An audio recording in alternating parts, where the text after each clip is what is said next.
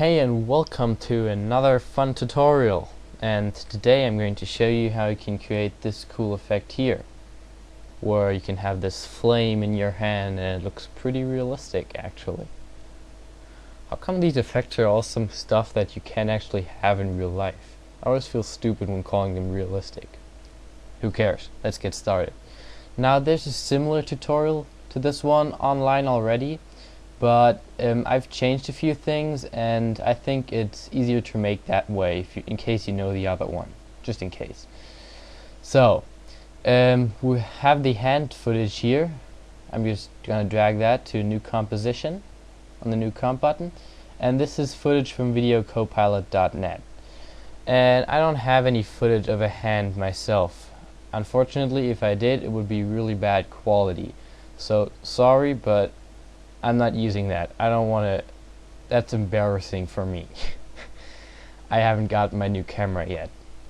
So I've got this footage from videocopilot.net. This is Sam Moya's hand. It was in the bug tutorial where you got bugs crawling on your face or up your arm, and this is the footage from that. You can download it as well as in the project files for that tutorial on videocopilot.net, which I'm already saying for the third time, I just noticed. Who cares? Let's get started. Now what you want to do first is you have your footage and you want to track it. So you're going to go to Window and open the tracker controls.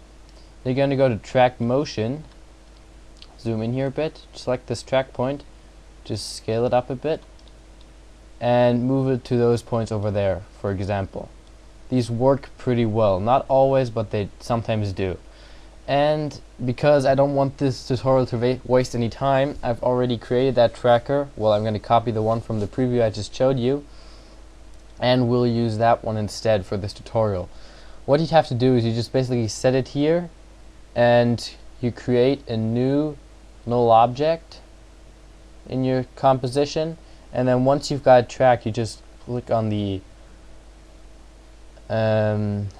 analyze forward button here when you're in the first frame and analyze this footage, and then you can apply this data. You can edit the target, so make sure it's the null, and apply the data, and that's how you would have your tracker null object. Now I'm going to just take the one from the other composition. I'm going to go to edit, copy, and paste this null object in here. I'm just going to call it tracker.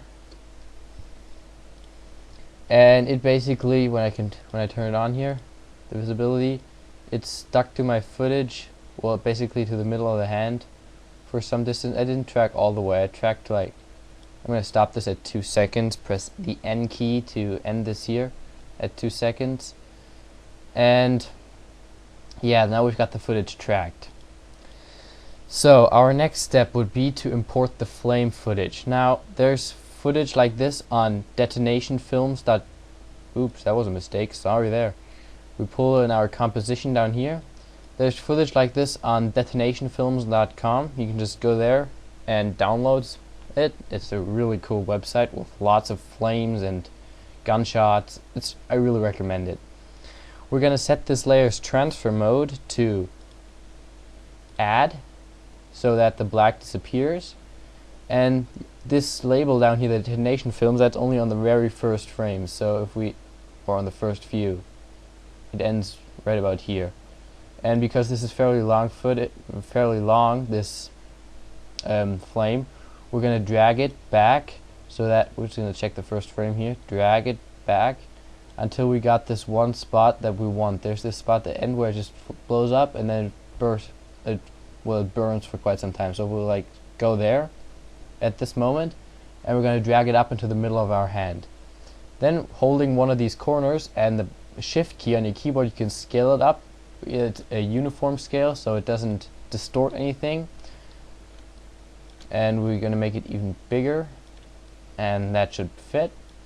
And this is important. You're going to have to take the pig whip and parent this to the tracker so that it also has the tracking, well, it follows the tracking null object and it stays on the hand the entire time.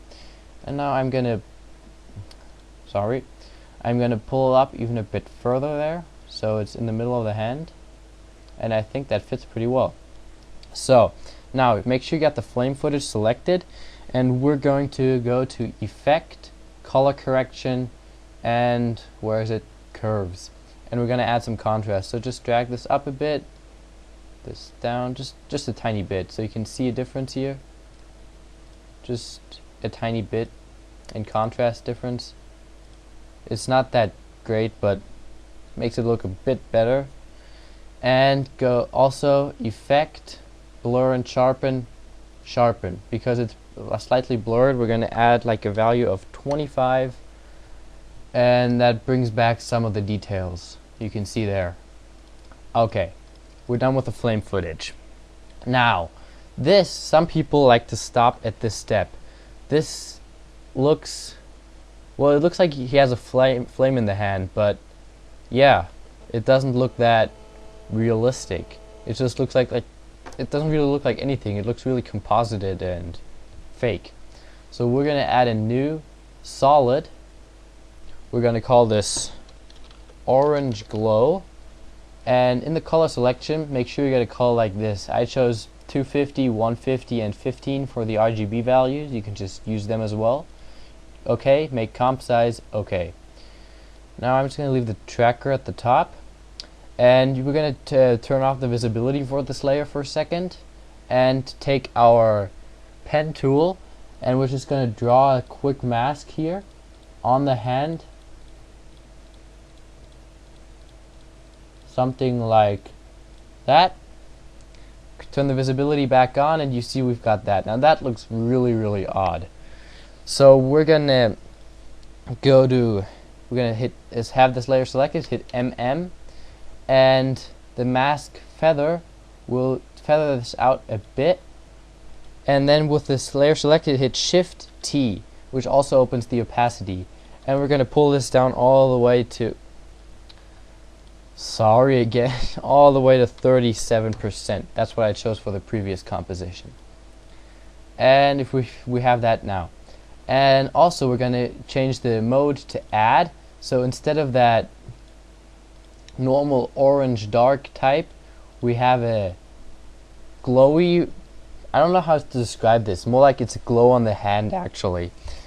And now this is one of the important steps. Go to Effect, Stylize Glow, and I'm not going to change it to this simple glow here. We're going to go to Alpha Channel, which makes that ring there, and now we're going to set the glow threshold all the way up to 95% to pull that ring in there, maybe even a bit more, just so we get that ring in the middle there. I might pull this over a bit. It doesn't have to fit perfectly on the hand like I had it earlier. The glow radius we're going to push up to 92. So we got the ring like blurred out, and the intensity will also pull up to 8, so it's really bright, and this already looks a lot better. And it's important, what I just missed here is that the glow is below the flame. Did that even make a difference now? That's odd. Oh well.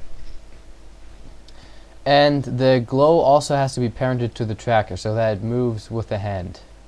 And now this looks really cool. There's only one thing we're still missing, and that is a flicker on the glow, so that it looks a bit more realistic.